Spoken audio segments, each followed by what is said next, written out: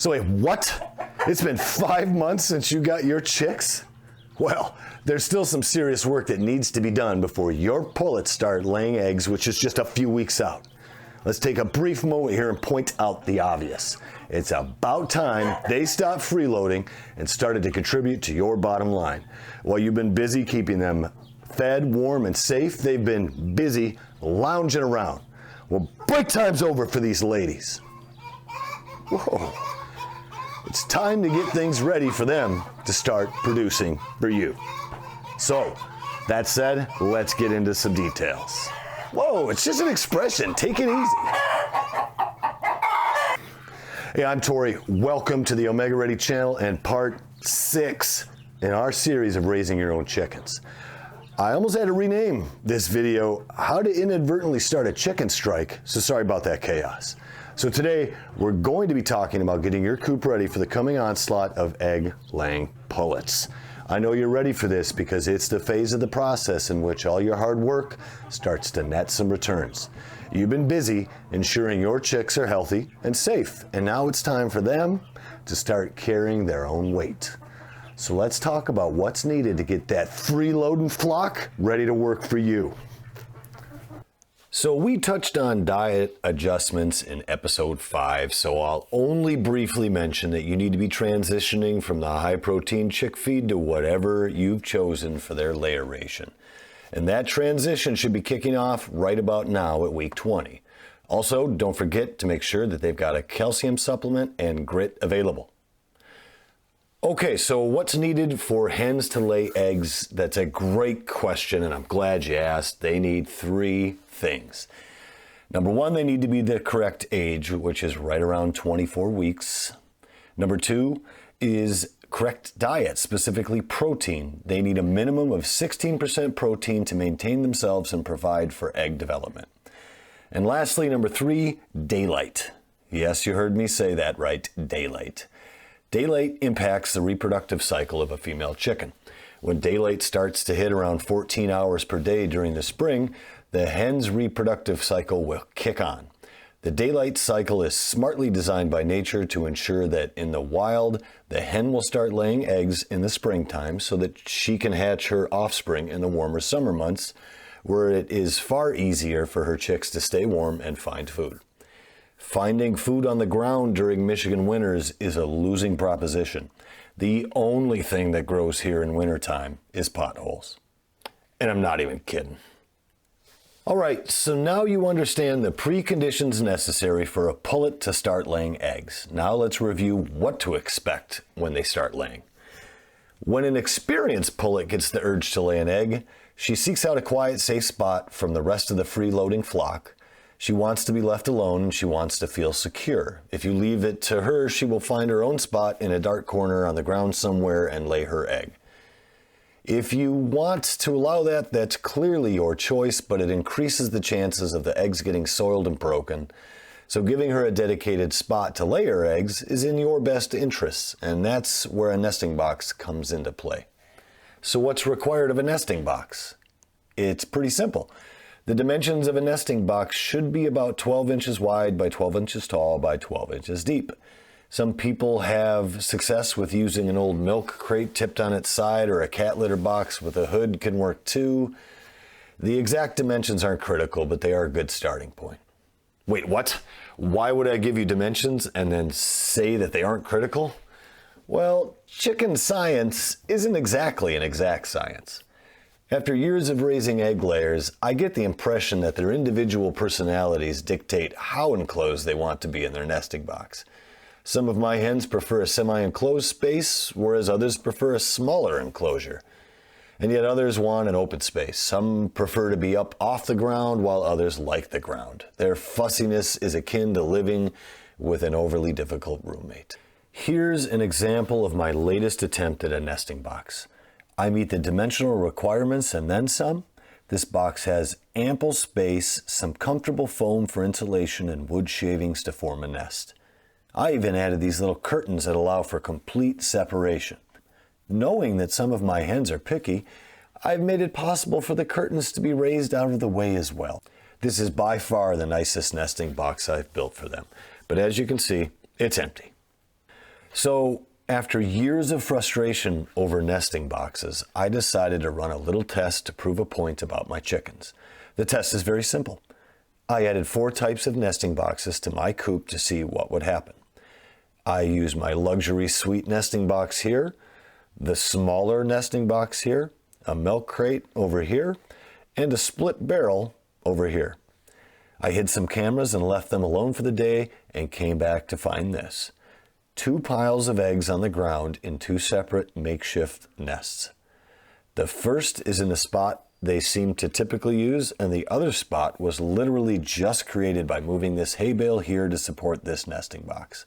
There was 1 egg in the luxury nesting box and none in the other boxes. So what does this tell me? Well, it tells me that either my hens are spiteful and choose to lay their eggs wherever they damn well please so long as it's not in one of my nesting boxes, or that their personal preferences outweigh any inclination to lay eggs where I want them to lay eggs. So unless you've got spiteful chickens, which I am certain is happening in my case, you now have a better feel for chicken logic and a thorough understanding that my chickens don't care about my plans. Maybe this isn't a surprise to you because you've already noticed that your chickens do what they want. Maybe you've already noticed their propensity for disregarding your plans by going where you don't want them to go or pooping on what you don't want them to poop on. Mine do it all the time. So one rule of chicken science that does seem to be accurate is that you should have 1 nesting box for every 4 hens. Even if they all decide to share 1 nest, you want to give them options to prevent any chance of stress. Okay, with some of that chicken science out of the way, let's talk about your first eggs. So from a pullet perspective, her first time laying an egg is a foreign concept to her. The sudden urge to drop an egg is obviously a new experience, so she will likely just drop an egg on the middle of the floor, nest or not. Eventually, with time and experience and a little help from her ability to decipher her natural inclinations, the urge to lay will become more obvious to her. To help her understand where to lay an egg, you can apply a few ideas that can assist her in connecting the dots. Number 1 is to start by placing your nesting boxes on the ground. This will put the nest at ground level where they will easily see it and possibly understand the idea of the nest. Since they're naturally inquisitive creatures, you can expect that they will at least investigate the box, most likely poop in it, and from that they'll form some version of a chicken conclusion. The second item is to buy some wooden eggs and place them in the nest so that it starts to become clear what the nest is used for. Some hens are drawn to nests that already have an egg laid in it, whereas others prefer to have an empty nest. Regardless, seeing an egg already in the nest is still a good idea to help them form an opinion. If you use wooden eggs, make sure you draw a line around it so that you can know immediately that it's not a real egg. It's not as obvious as you might think to tell it's wooden when it's mixed in with the other eggs. Also, you're likely to break something in the kitchen if you inadvertently try and crack open a wooden egg. Ask me how I know. After your pullets get used to the idea of where to lay an egg, then it's an even better idea to get the nests up off the ground. Moving your nesting boxes to a height of 1 to 2 feet should be sufficient. Fill the boxes with nesting material like straw or wood shavings to a depth of a few inches, 4 inches. The pullet will instinctively adjust the litter to form a nest.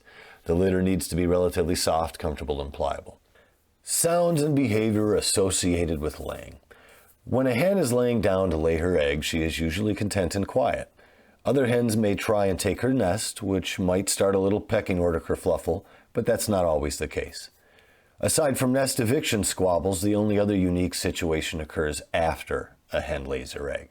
When a hen gets up to leave the nest after laying an egg, she starts to cluck in a unique manner.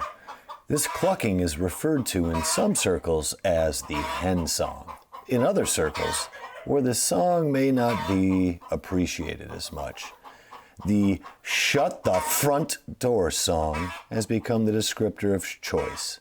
I find myself squarely in the latter camp.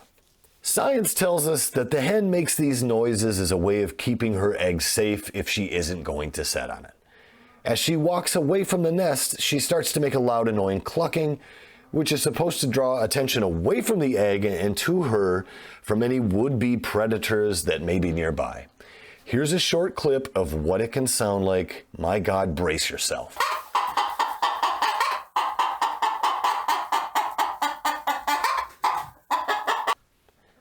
This song can continue for minutes, but can feel like hours if you're within earshot of the coop. To make it worse, if you have clueless roosters like I do, then they will start to chime in with their alarm call, which then spreads to the whole flock like an audible virus, working the entire flock into a completely unnecessary frenzy, all over an egg sitting in a nest.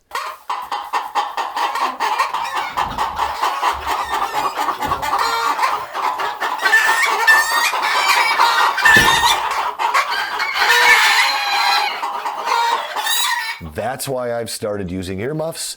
I'm done with it. I love these eggs, but I love my sanity more. All right, so there you have it. Full awareness of how to prepare your coop for the approaching egg-laying pullets. Additionally, I hope I've helped to raise your awareness on preparing yourself mentally for the potential stubborn fussiness of your chickens, as well as the onslaught of noise that you might expect from an egg song-induced chaotic chicken coop.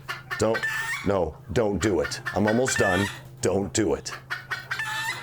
So keep an eye out for our next video, in which we will touch on the arrival of eggs, some secret family recipes on how to cook those fresh eggs, and monitoring the health of your flock over the long term. Oh my God, please stop.